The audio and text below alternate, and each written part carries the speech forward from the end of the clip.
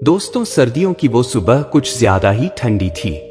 घना कोहरा स्टेशन पर चादर की तरह फैला हुआ था। प्लेटफॉर्म नंबर 3 पर कोई ट्रेन आने वाली थी, मगर ठिठुरती ठंडी हवा में लोग बेंचों पर सिमटे बैठे थे।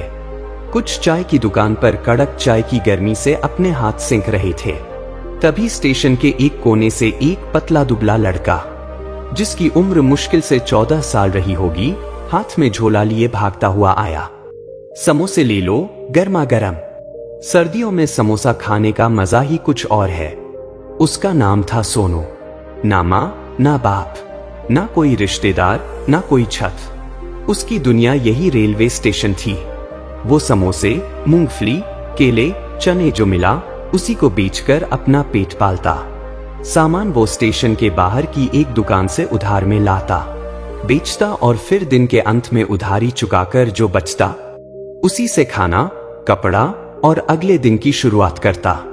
स्टेशन के एक कोने में एक टूटी सी बेंच के नीचे फटी चादर में लिपटा हुआ हर रात ठंडी जमीन को बिस्तर बनाकर सो जाता था सोनू। उसकी एक ख्वाहिश थी। सोनू की आंखों में एक सपना तैरता था, छोटा सा सपना, बस अपनी खुद की एक छोटी सी दुकान। कहीं कोने में एक ठेला होता मेरा, किसी की उधारी ना होती। लोग मेरे पास आते, मैं मुस्कुरा कर देता और किसी के सामने हाथ ना फैलाना पड़ता। पर फिर वो खुद से कहता, चुप कर, ज्यादा सोचने से भूख नहीं मिटती, चल काम पर लग। एक दिन की बात है, ठंड कुछ ज्यादा ही थी और सोनू ने दुकान से मूंगफली के 2 झोले लिए। भैया, आज उधार जरा ज्यादा देना, कल रात कुछ खाया नहीं था। दुकानदार ने एक नजर उसे देखा, फिर मूंगफली की थैली थमाते हुए बोला, चल ले जा और जल्दी निपटा, शाम तक हिसाब बराबर चाहिए। सोनू भागता हुआ ट्रेन में चढ़ा। गरम मूंगफली ले लो। मूंगफली गरम गरम। डिब्बे के अंदर लोग अपने अपने कोट और मफलर में सिमटे बैठे थे। तभी सोनू ने एक मुसाफिर को बड़ी गर्मजोशी से मूंगफली दी और मजाक में बोला, साहब, मेरी मूंगफली खाओगे तो दिल भी गर्म हो जाएगा। डिब्बे में हंसी गूंज गई। एक आदमी उम्र करीब 40 के आसपास, नीली जैकेट और चमकदार जूते पहने हुए, सोनू की बातों और हंसी से मुस्कुराया। उसने पूछा, तेरा नाम क्या है बेटा? सोनू। साहब, रोज यही करता है? जी साहब, रोज यही। सुबह उठते ही दुकान से माल लाता हूँ, ट्रेन में बेचता हूँ, फिर उधारी चुकाता हूँ और जो बचता है वो खाना और बिस्तर में लग जाता है। उस आदमी ने पूछा, बिस्तर?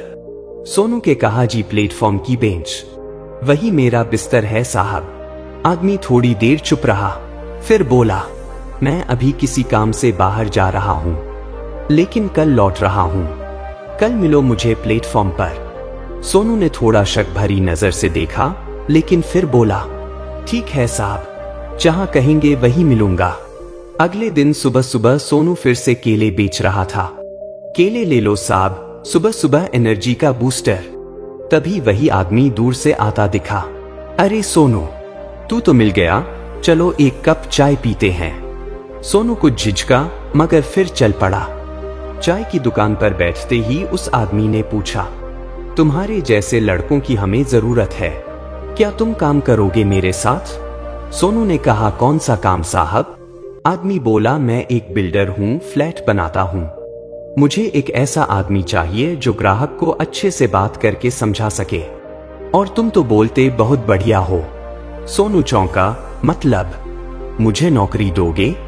आदमी बोला, हाँ, लेकिन ये तेरी मर्जी है, चाहो तो महीने की सैलरी ले लो या फिर घर बेचो और हर एक घर पर कमीशन ले लो। सोनू ने बिना सोचे जवाब दिया, साहब, मैंने जिंदगी में कभी सैलरी पर काम नहीं किया, मैं कमीशन पर काम करूंगा। अगले दिन वही आदमी, जिसका नाम मिस्टर शेखावत था, सोनू को अपने ऑफिस ले गया। पहली बार सोनू ने अच्छी शर्ट और पैंट पहनी। पहली बार ऑफिस की ठंडी हवा को महसूस किया। पहली बार किसी ने कहा, यह हमारा नया सेल्स बॉय है सोनू। शेखावत ने उसे समझाया कि कैसे ग्राहकों से बात करनी है, कैसे फ्लैट्स दिखाने हैं और कैसे ईमानदारी से काम करना है। तू बोलना जानता है बेटा, बस भरोसे से बेच। जो घर को देखे उसे अपना बना दे। तीसरे ही दिन सोनू के पास एक बुजुर्ग दंपति आया। बेटा, हम एक छोटा सा 1 BHK घर देखना चाहते हैं। सोनू ने उन्हें फ्लैट दिखाया, हर छोटी बात समझाई। साहब, यहाँ से धूप सीधी आएगी।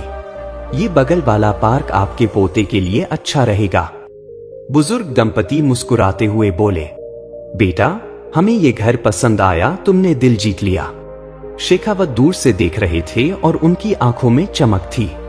2 दिन बाद सोनू को पहला कमीशन मिला, 12,000 रुपए। सोनू ने जैसे ही पहली बार वो 12,000 रुपए हाथ में लिए, उसकी उंगलियां थोड़ी कांप गई। ये सच है, मुझे इतना पैसा मिला। उसकी आंखों में आंसू थे, मगर ये आंसू भूख या दुख के नहीं थे, बल्कि पहली बार सम्मान से कमाए गए पैसों की खुशी के आंसू थे। उस रात सोनू स्टेशन नहीं लौटा। वो सीधे स्टेशन के पास ही एक छोटे से लॉज में पहुंचा, जहां 300 रुपए में एक साफ सुथरा कमरा और एक गर्म रजाई मिली। साफ बेड, दीवार पर पंखा और दरवाजा जो भीतर से बंद होता था। रात को वो बिस्तर पर लेटा छत को देखता रहा। क्या सच में ये मेरी जिंदगी है अब? वो खुद से फुसफुसाया, मुझे किसी के सामने हाथ नहीं फैलाना, मुझे सिर्फ मेहनत करनी है। अगले दिन सोनू जल्दी ऑफिस पहुंचा। अब उसका काम था बिल्डर द्वारा बनाए गए फ्लैट्स को दिखाना, ग्राहकों से बात करना और सेल्स क्लोज करना। मगर सोनू की सबसे बड़ी ताकत थी उसकी ईमानदारी और अंदाज। वो हर ग्राहक से दिल से बात करता। किसी से कहता, आपकी बेटी की शादी होने वाली है, ये फ्लैट उसके लिए एक गिफ्ट बन सकता है। किसी से कहता, आप बूढ़े हो रहे हैं, ये ग्राउंड फ्लोर वाला फ्लैट आपके लिए सबसे बेहतर है। शेखावत साहब हर दिन सोनू पर और ज्यादा भरोसा करने लगे। बेटा, तुमने 1 महीने में 3 फ्लैट्स बेच दिए हैं, जहां पुराने सेल्समैन एक भी नहीं बेच पाते थे। सोनू ने मुस्कुराकर कहा, साहब, मैं बेचना नहीं जानता, बस सच बोलता हूं और दिल से बोलता हूं।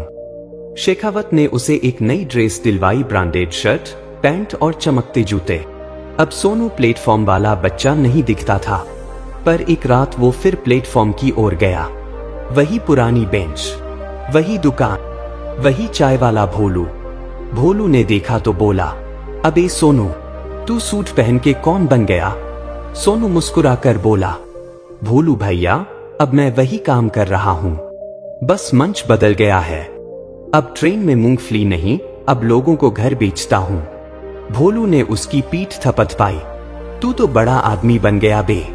अब सोनू सिर्फ घर नहीं बेचता था, बल्कि शेखावत साहब ने उसे ऑफिस का काम भी सौंपा। वो अब साइट पर काम देखने जाता, मजदूरों से बात करता, प्लानिंग में राय देता और हर हफ्ते शेखावत को रिपोर्ट देता। लेकिन सोनू ने खुद को साबित कर दिया था। 3 महीने बाद सोनू ने अपने लिए एक मोटरसाइकिल खरीदी, सेकंड हैंड, मगर चमचमाती हुई। सोनू बाइक पर हेलमेट पहनकर ऑफिस जाता था। लोग हैरान थे, पर सोनू खुश नहीं, क्योंकि वो अभी भी मंजिल की शुरुआत में था। अचानक एक दिन सोनू को पता चला कि दुकानदार शर्मा जी, जिससे वो कभी उधार पर समोसे, मूंगफली और चने लेता था, अब बीमार है और दवाइयों के लिए पैसे नहीं है। सोनू चुपचाप उनके घर गया और 5000 एक लिफाफे में रखकर उनकी बेटी को दे आया। जब शर्मा जी को पता चला तो आंसू बहने लगे। जिसे कभी 2 पैसे का उधार दिया था, आज वही हमारा सहारा बना। अब सोनू अपने पुराने कपड़ों को, उस बेंच को, उस टूटी थैली को सिर्फ यादों में रखता था, मगर उसे कभी शर्म नहीं आई, बल्कि वो खुद को हर रोज याद दिलाता, मैं कहां से आया हूं, ये याद रखना जरूरी है, ताकि मैं कभी वहां वापस ना जाऊं। सोनू अब बिल्डर के साथ काम करता आ रहा था।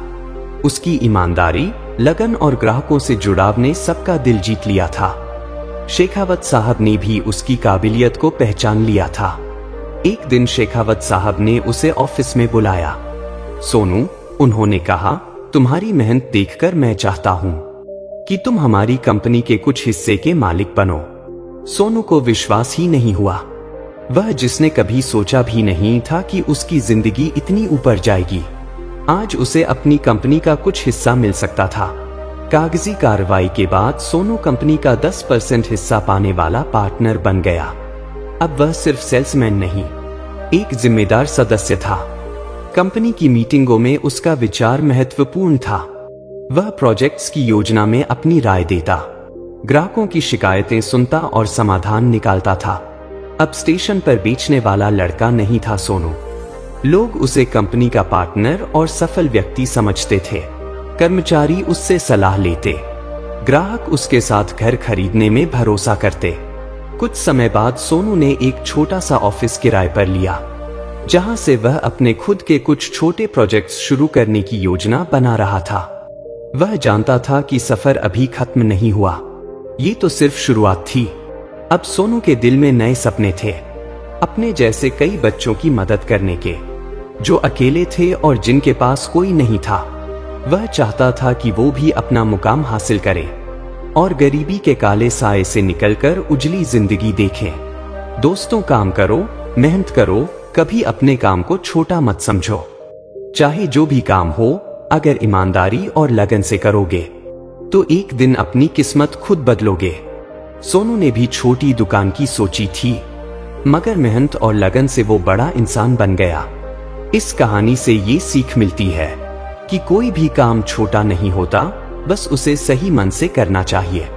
कड़ी मेहनत करो और बाकी किस्मत पर छोड़ दो, क्योंकि किस्मत भी उन्हीं का साथ देती है जो खुद मेहनत से कभी पीछे नहीं हटते। दोस्तों, अगर आपको ये कहानी दिल को छू गई हो तो हमारे YouTube चैनल ट्रू सब्सक्राइब करें। यहाँ आपको हर दिन ऐसी ही प्रेरणादायक, जिंदगी बदलने वाली कहानियां और मोटिवेशन मिलेंगी जो आपके सोच को बदल देंगी।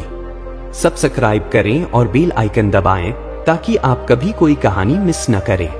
और कमेंट में बताइए आपको अगली बार किस टॉपिक पर कहानी सुननी है। याद रखें, आपकी जिंदगी आपकी मेहनत से ही बनती है।